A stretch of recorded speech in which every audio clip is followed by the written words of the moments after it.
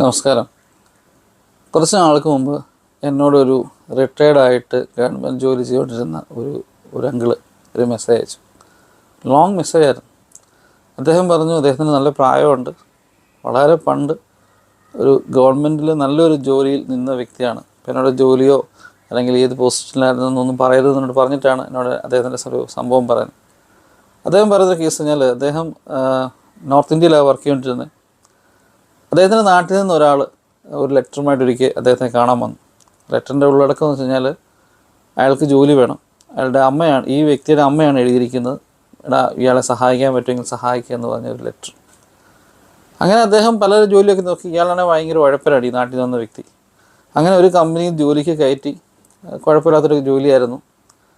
അങ്ങനെ ജോലി മുന്നോട്ട് പോയി. ഇടയ്ക്ക് ഇയാൾ അറിഞ്ഞു അയാൾ ആ കമ്പനിയിൽ നിന്ന് ജോലി വിട്ടു എന്നൊക്കെ അറിഞ്ഞു. അത് കഴിഞ്ഞ് ഒരു സുപ്രഭാതത്തിൽ പെട്ടെന്ന് ഒരു പോലീസ് സ്റ്റേഷനിൽ നിന്നൊരു ഫോൺ കോളാണ്.